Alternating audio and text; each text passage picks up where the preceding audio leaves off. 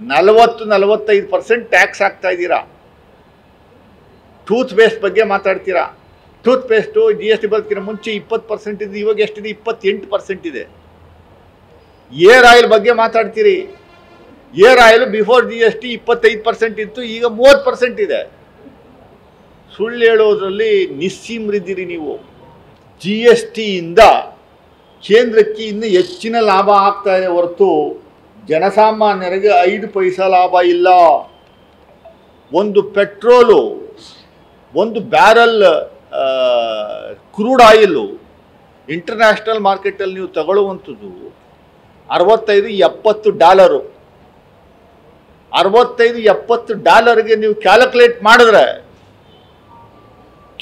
ಮಾಡಿದ್ರೆ ನೀವು ಪೆಟ್ರೋಲು ₹55 ಕೊಡಬೇಕು, ಡೀಸೆಲ್ಲು ₹50 ಕೊಡಬೇಕು. ನೀವು ಮಾರ್ತಾ ಇರೋದು ₹100 ಮಾರ್ತಾ ಇದ್ದೀರಾ. ಅದ್ರ ಮೇಲೆ ಎಕ್ಸೈಸ್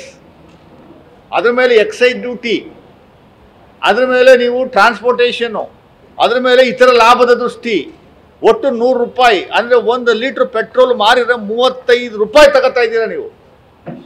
1 ಲೀಟ್ರ್ ಡೀಸೆಲ್ ಮಾರಿದ್ರೆ ₹40 ತಗೋತಾ ಇದ್ದೀರಾ.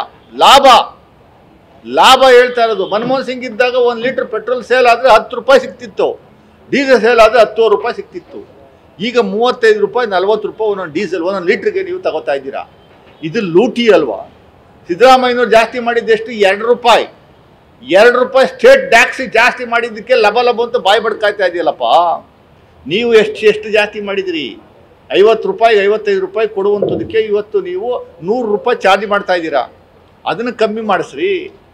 ಆಮೇಲೆ ಹೇಳ್ತೀರಿ 17, 18, 20 ಥರ ಟ್ಯಾಕ್ಸ್ಗಳಿದ್ದೋ. ನಾವು ಬಂದಮೇಲೆ ಎಲ್ಲವನ್ನು ಒಂದೇ ಕಂಟ್ರೋಲು ತಗೊಂಬಂದು ಒಂದು GSTನ ಹಾಕ್ತಾ ಇದ್ದೀವಿ ಅಂತ. ಅದೆಲ್ಲ ಸುಳ್ಳು. ನೀವು ಹೇಳ್ತಾ ಇರೋವಂತೂ ಸಂಪೂರ್ಣವಾಗಿ ಸುಳ್ಳು. ಟ್ಯಾಕ್ಸಸ್ನ ನೀವು 17% ಐಟಮ್ಸಲ್ಲಿ 17 ಐಟಮ್ಸು ಟ್ಯಾಕ್ಸ್ ಒಳಪಟ್ಟಿದ್ದು ಅವನ್ನ ಒಂದು ಕಡೆ ತಗೊಂಬಂದಿದ್ರಿ. ಇನ್ನು 6 ಐಟಮ್ಸು ಸೆಸ್ ಒಳಪಟ್ಟಿರುವಂಥದ್ದು ಅದನ್ನು ಒಂದು ಕಡೆ ತಗೊಂಬಂದಿದ್ರಿ. ಅದಲ್ಲದೇನೆ ಕೇಂದ್ರ ಸರ್ಕಾರ ಆಗ್ತಾ ಇದ್ದಂಥ ಟ್ಯಾಕ್ಸು ಹಂಗೆ ಕಂಟಿನ್ಯೂ ಆಗಿದೆ. GST ಹೊರತುಪಡಿಸಿ ಯಾವ್ದು ಕಸ್ಟಮ್ ಡ್ಯೂಟಿ ಹಂಗೆ ಇದೆ, ಪೆಟ್ರೋಲ್ ಮೇಲೆ ಆಗ್ತಾ ಇರುವಂಥ ಟ್ಯಾಕ್ಸ್ ಹಂಗೆ ಇದೆ, ಆಲ್ಕೋಹಾಲ್ ಮೇಲೆ ಟ್ಯಾಕ್ಸ್ ಇರುವಂಥದ್ದು ಹಾಗೇ ಇದೆ, GST ವ್ಯಾಪ್ತಿಗೆ ಬರಲ್ಲ.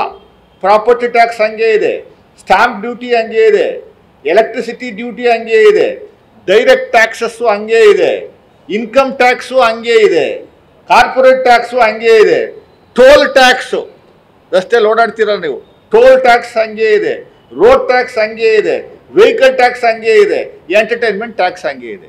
ಎಲ್ಲವನ್ನು ಒಟ್ಟಿಗೆ ತಗೊಂಬಂದು ಒಂದೇ GST ಅಡಿಯಲ್ಲಿ ತಗೊಂಬಂದ್ಬಿಟ್ಟಿದ್ದೀವಿ ಅಂತ ನೀವು ಪುಂಕ ಓದ್ತಾ ಇದ್ದೀರಲ್ಲ. ಎಲ್ಲಿ ತಗೊಂಬಂದಿದ್ದೀರಾ? ಇವೆಲ್ಲ ಸಪ್ರೇಟ್ ಕಟ್ತಾ ಇಲ್ವಾ? ನಾವು ಇನ್ಕಮ್ ಟ್ಯಾಕ್ಸ್ ನಾನು ಕಟ್ತಾ ಇಲ್ವಾ? ಪೆಟ್ರೋಲ್ ಮೇಲೆ ಟ್ಯಾಕ್ಸ್ ಕಟ್ತಾ ಇಲ್ವಾ? ಟೋಲ್ ಟ್ಯಾಕ್ಸ್ ಕಟ್ತಾ ಇಲ್ವಾ?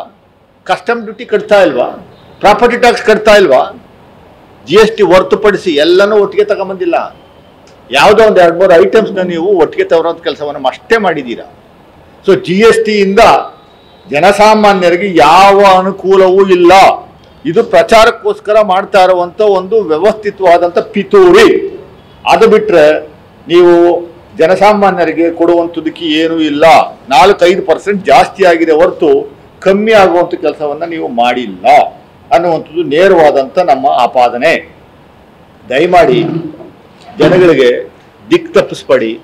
ಜನಗಳಿಗೆ ಅದು ಅಡ್ಜಸ್ಟ್ ಮಾಡಿಬಿಟ್ಟಿದ್ದೀರಾ ಆಲ್ರೆಡಿ. 8 ವರ್ಷದಿಂದ ಟ್ಯಾಕ್ಸ್ ಮೇಲೆ ಟ್ಯಾಕ್ಸ್ ಹಾಕಿ ಒಂದೊಂದು ಐಟಮ್ 4 ಸರಿ 5 ಸರಿ ಟ್ಯಾಕ್ಸ್ ಹಾಕಿ ಅವತ್ತು ತಲೆ ಬೋಡಿಸುವಂಥ ಕೆಲಸವನ್ನು ಮಾಡಿಬಿಟ್ಟಿದ್ರೆ ಅದಕ್ಕೆ ಹೊಂದ್ಕೊಂಬಿಟ್ಟವ್ರು ಜನಗಳು.